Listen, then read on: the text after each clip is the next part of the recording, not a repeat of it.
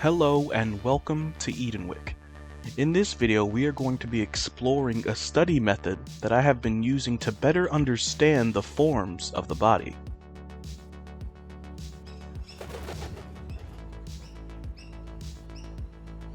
Now I cannot guarantee that this method will work for you, but ever since I've been using it, whenever I go to draw the human body, I have a lot more confidence in being able to pose it in a more believable way.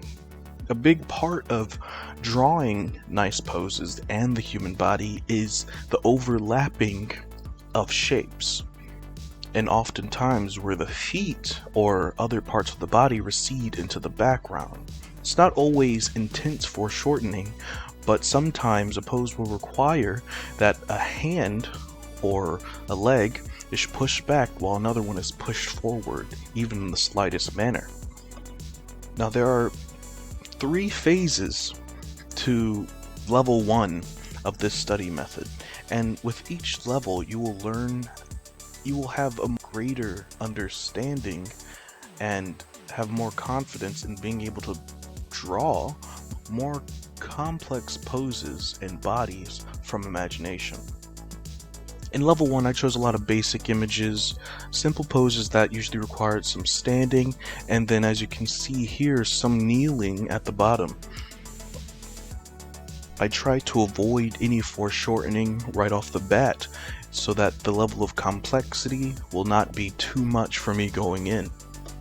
But if you are using this study method, you can use any pose reference you want and still go through level 1 with those. The way I look at it is that there are levels to understanding of a particular type of pose, and there are phases that you would practice in order to solidify your understanding in doing that type of pose. Foreshortening isn't exactly on a higher level than this one that I'm at right now. It's just that when you would start learning foreshortening poses, you would start with this level of studies so that you can build from the ground up in understanding how to draw poses that are foreshortened. In this first level, we have phase 1, 2, and 3. Phase 1 is just tracing the body. And as you can see here, I've done 2 of them so that the video doesn't take too long, and I'll go through the last one here with you guys. Phase 2 is taking that tracing and drawing it freehand on the side of the drawing that you already did. This way you're looking at the body and the tracing so that you can understand how those forms, those underlying forms, will look when you go to draw the pose yourself. And also, through this entire process, through phase 1 and 2, as you trace the bodies and as you draw these poses, you'll get a better understanding of the forms that you would like to use for your style, and you'll be constantly changing them as you get a better understanding of what you're doing. And then in phase 3, the phase that I haven't done yet, but I'm going to try to do here today, is you draw those forms of the body without tracing on top of it. You try to look directly at the body and draw what you think the forms would look like under that. It's basically cutting out a stage in the process, because that's what learning drawing techniques is about. It's about building off from the structure and fundamentals and then taking out steps, because you'll have more muscle memory and you'll understand it better. Alright, so let's get started. Now, generally these studies take me around 20 minutes for each pose. I'll start out with the tracing, which can take on average around 9 minutes, sometimes less, sometimes more, and then the same amount of time when I come back to do it later.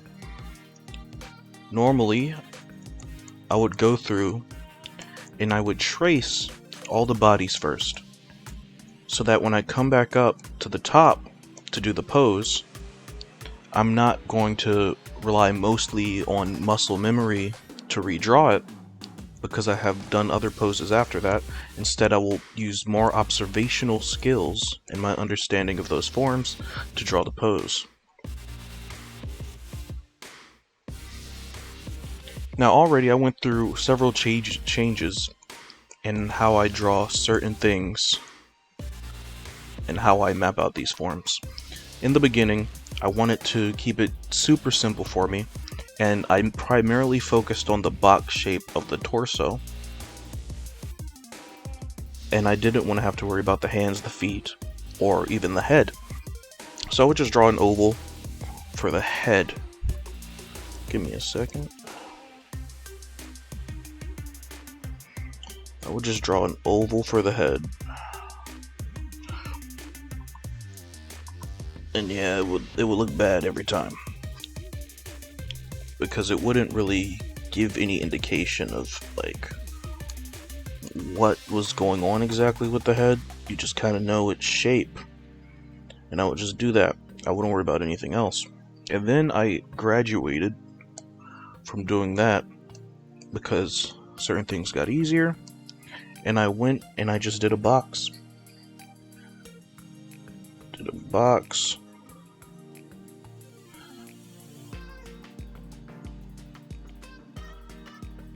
Like this,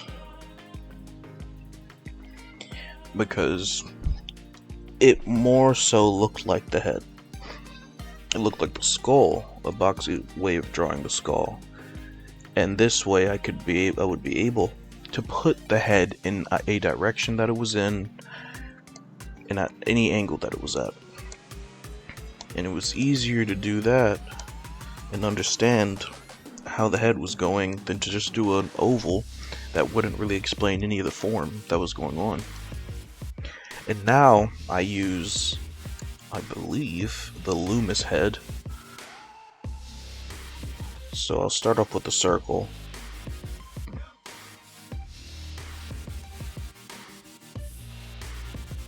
Sometimes a better circle with this. I think I got some performance anxiety right now. And then I'll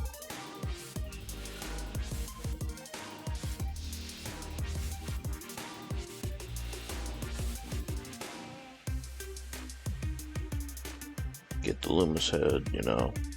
There we go. And this is what I've been doing now.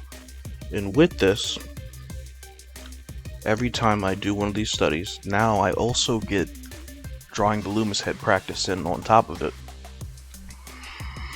which will be important later when I come up with a way for me to better learn how to draw portraits and faces.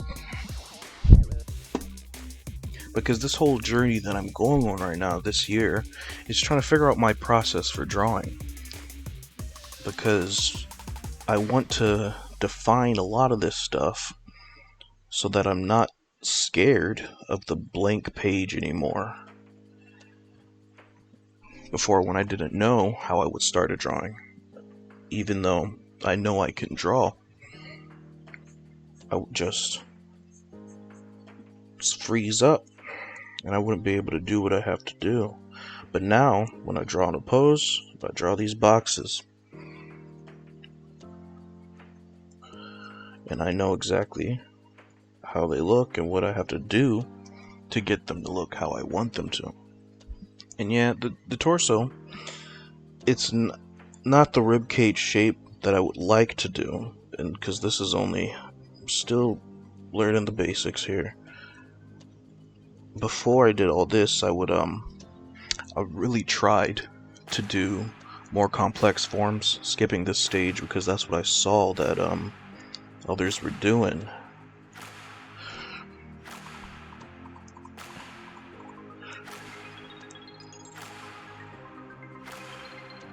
Okay. That's like that means the torso.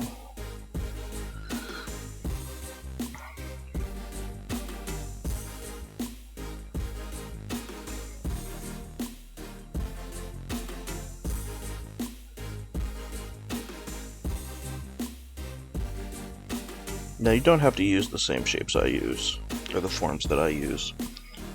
There are definitely better ways, more professional ways, depending on what your style is. But for me, this is what works right now at the level I'm at. Eventually, I do want to get these forms to be a lot closer to either how the muscles look or the bones look. And that's another thing that I have to keep reminding myself, that I'm not drawing the bones. And that these forms that we're drawing, they're not solid, like hard shapes. They squash and stretch. So when you do something like the leg bending, the blocky cylinder of the thigh and the calf are not going to just smack into each other. They're going to press against each other.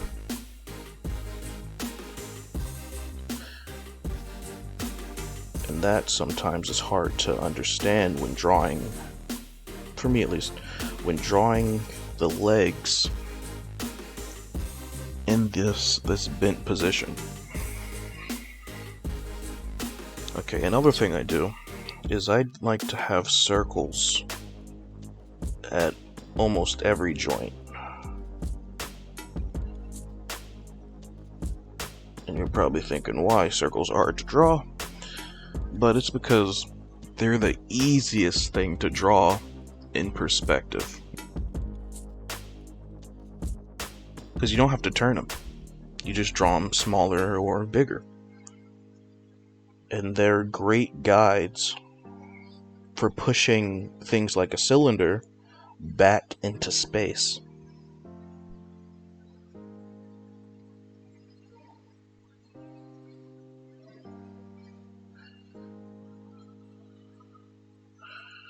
Got a bit of some scratchy circles right now. And as you can see on this part right here, I draw these circles as for me, they help draw the butt and the connecting the thigh cylinder to the pelvis, and reminding me that there is a dip sometimes where the pelvic bone turns into thigh. In the human body, maybe I can show it sometime. If an example pops up, I'll try to. And see, right here, you see I drew this cylinder right here, and it's a straight line, but the calf, the bottom part of the leg, presses against it. It's not going to be a hard, like, smack into the shape. It's going to be a soft squish, which is important, not at this step, but later, when you draw the skin and stuff on top. I'm currently in the process of trying to adapt the legs for that same reason, because when the cylinders bend, I don't want to draw them smacking into each other like a solid. That limits the amount of posing that the human body can do when it comes to stuff and bending the legs. This process has even helped me with drawing feet. Not like anatomically correct feet, but simplifications that help me get the foot down in a way that looks like a foot rather than like a baguette. I hope my voice isn't sounding too raspy right now.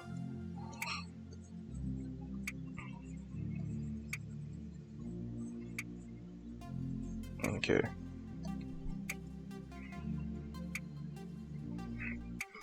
This pose is taking a lot longer. Not that much longer. Yeah, it's almost about 10 minutes. And it's because you don't have to take your time to make it neat, but you want to take your time to ensure that you understand the pose.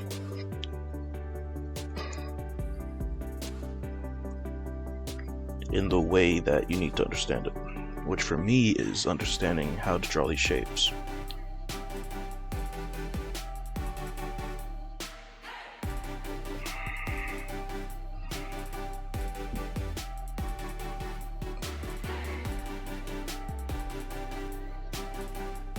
There. And what's important is, you'll see later, when I come back and I draw this pose on the side, if that's, I'm not going to do all these on camera because time's sake, but when I draw this pose on the side, the point of it is to get the same energy as in the normal pose. It should look just as natural and balanced as the pose right here, because that's the whole point of this. Being able to make realistic poses that exist on a plane of existence that looks realistic and believable. Not always realistic, but believable. That's what we're going for. Alright. Let's start with here.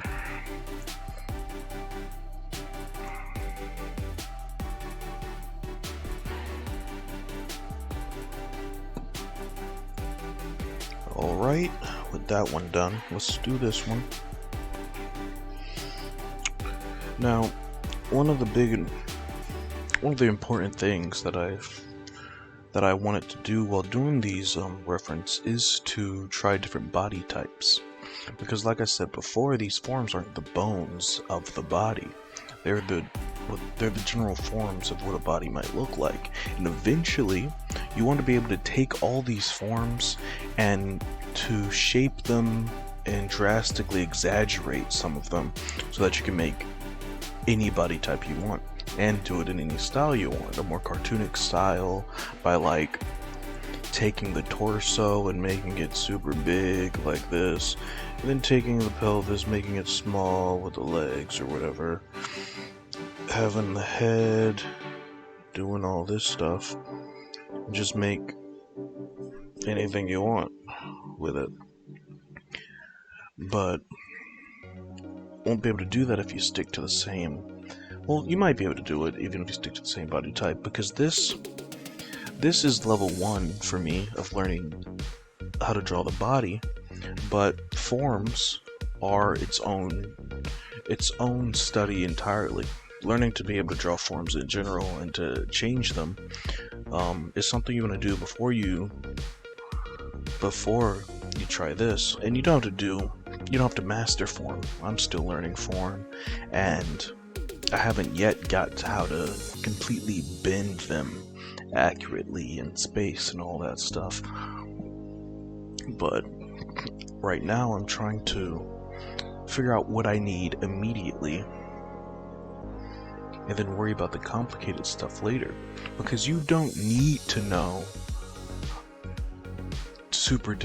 every super difficult skill right off the bat in order to create the art that you want to create.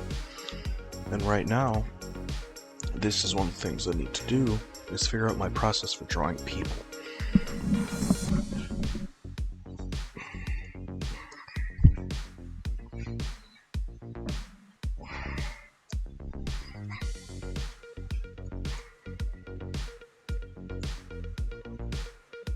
Now, as you can see, a lot of these things, a lot of these references that I have, and that you probably will, they have props in them. And you don't have to draw the props if that's not what you're focusing on. I'm not drawing the props in this time at least, but when I do like clothing studies, then I'll draw everything.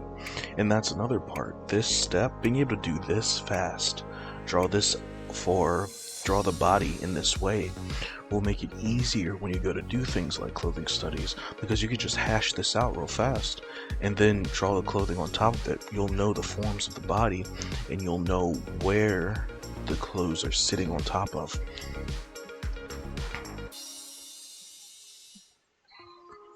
Okay, let me stop procrastinating.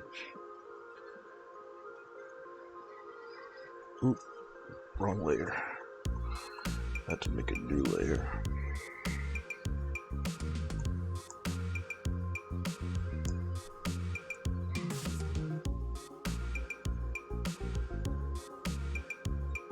I personally, I like watching long form videos while I draw, but understand my channel isn't at that level yet where people want to sit and hear me ramble on for for an extensive amount of time.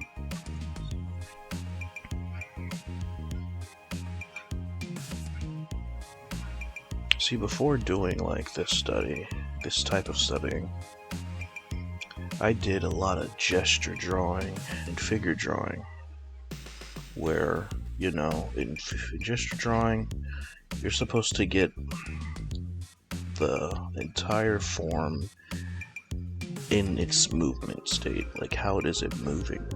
And you're just supposed to put down those lines and get the idea or the motion of the pose. Don't have to do the muscle, but the muscles are the anatomy. But of course, you see really skilled people, and they do define a little bit of the muscle, and it looks good. And that's what, of course, I wanted to do. I want to be able to do good gestures, but the thing about gesture drawing is it's that free flowing, and I don't think I got that yet. I like order and a process, and without a process to draw the human body, my ability to do so was very inconsistent. There was nothing for me to build off of. Whenever I started a drawing, I never knew the chances of it turning out good, or if I could even begin to capture the pose that I wanted to capture, that I had to capture.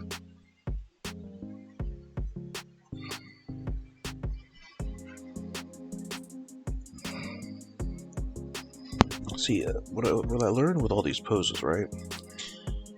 At least the way I'm doing them, I could be wrong, is that the things that move the most are the arms and the legs. Even it's very rare that well, not very rare, but the poses that, I guess, just the poses I'm doing, it's rare that the torso will get a lot of action. Usually anything that happens with the torso is very subtle, which can make it hard to notice,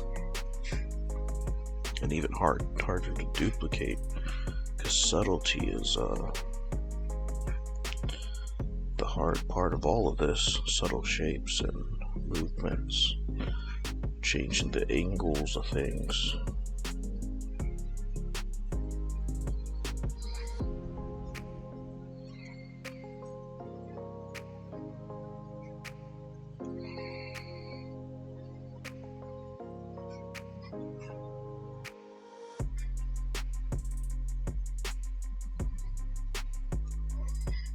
Didn't turn.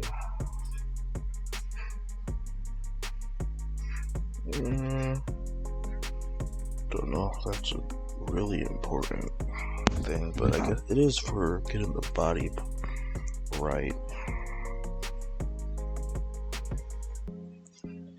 That's one thing I had to let go of a while ago was don't study a pose like you're trying to get exactly, like you're trying to use it like picture perfect. It's just a reference. Use it as if you're referencing the pose to draw your own thing.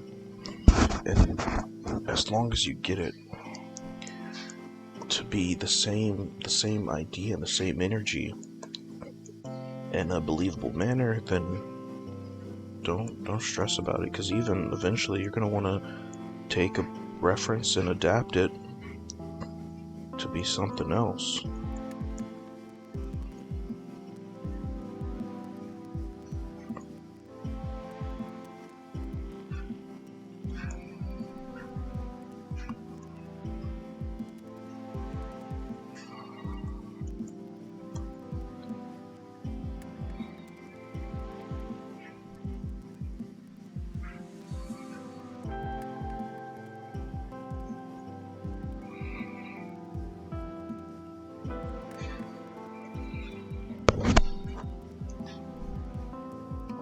Alright, now this is phase 3. Let me restart.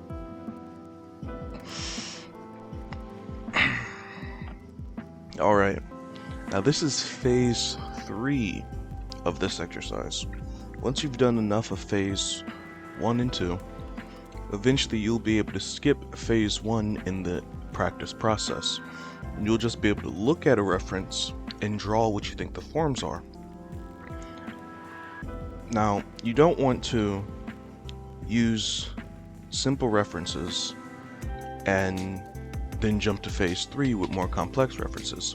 If you haven't done phase 1 and 2 on intense foreshortening based references or complex poses, then you don't want to try to do those same references on phase 3.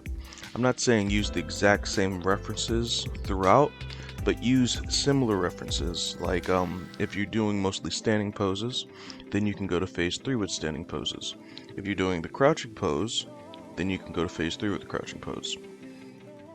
But you don't want to increase the difficulty of both the reference used and the practice that you're doing. It's best to focus on one thing at a time.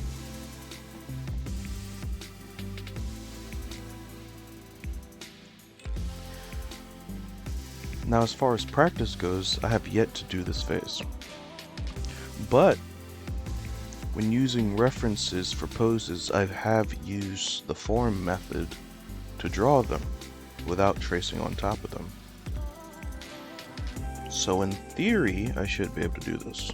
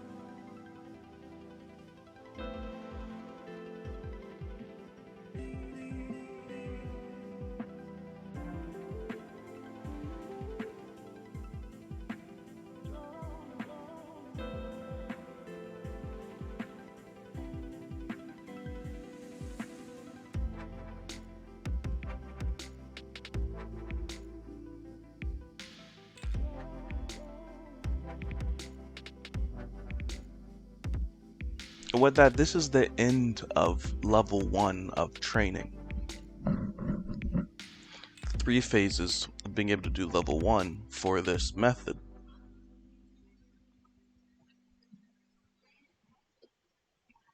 When you do level 2 for this, the first phase, the phases will be the same, but you can probably skip phase 1 by itself. Do phase 1 and 2 at the same time. For tracing references, you trace a reference, and with another reference of the same pose at a different angle, you do that one. And eventually, you'll be able to do phase 3, which is turning those poses without the exact reference. So then you'll be able to turn forms and poses in 3D space from your imagination over time. And as you go through all these levels and phases, you want to be adapting the forms that you use so that you can better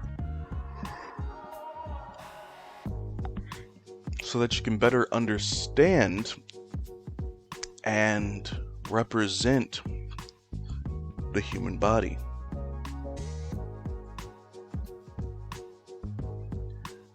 But before level 2, at the end of every level, there's a boss fight. And this is something that you can do that challenges you in your ability to actually apply what you've learned into your actual art. Because one of the big issues that I've had with figure drawing and gesture drawing is oftentimes I would not use those methods to actually start a drawing. I didn't really know how, because for me, I need the structure, and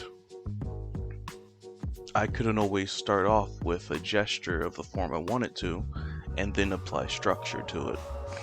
So I just never used them, or didn't know how to apply them exactly. And when I did use them, there wasn't any consistency. What this boss fight will do is it will allow you to integrate the forms that you've been practicing into an actual drawing. And for a time, I couldn't figure out what exactly would be a good boss fight, a good way to end this, because there are so many things that you could have done to increase the difficulty. So, what I've decided would be at least good for me would be to take what has been learned and to draw a character with it. Now, based on how much you feel you've learned and what difficulty you feel you can handle, you can add on to this. A big one for me was being able to draw two characters interacting with each other so that you can get them into the same scene, whether they're touching each other or not. It creates a complex interaction between all the forms of the body, which is hard, or considered to be on the harder level. And if you're on the easier side, you can even just do a front-facing view using these forms to add the anatomy on top of it and to put clothes and stuff on top of it so that you can understand how you would take these forms and turn it into actual characters.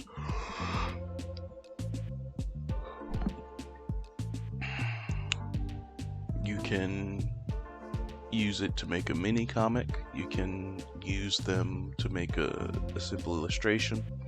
Whatever it is you feel, whatever reason you are studying it for, try to apply it for that.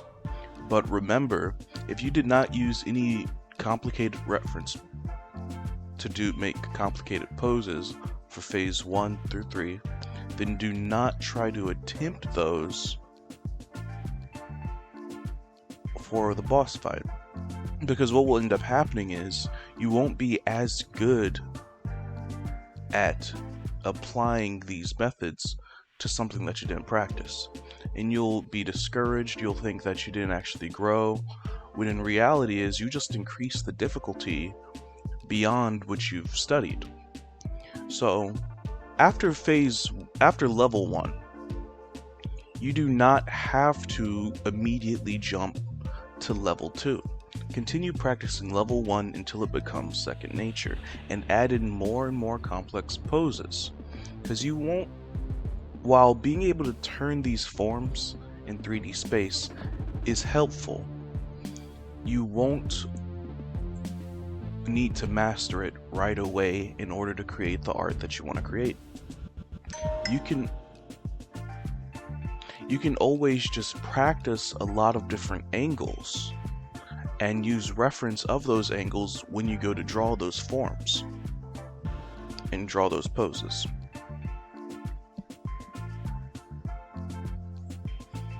What I am going to do, I'm not going to move on to level 2 yet. I'm going to continue with level 1, phase 1 through 3 with a bunch of different poses, foreshortened poses, top-down views, bottom views, characters interacting with each other. And what I'm going to do is I'm going to master level 1 and adapt the forms that I'm using to better represent the type of bodies and the style that I want for the people that I draw. What I'm going to do now, though, while I'm practicing that, is move on to heads. I'm going to figure out more about the planes of the face and more about the Loomis method for the head and other methods for drawing the heads. And I'm going to figure out a level 1 for that. Probably going to be about the same thing, tracing, copying, and then just copying.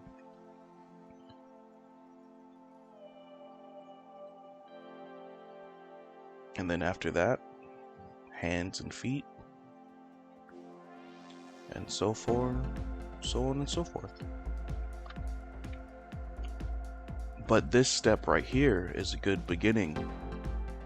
It's a good foundation, because someone that can draw cubes and cylinders and spheres can jump from that to drawing people with this.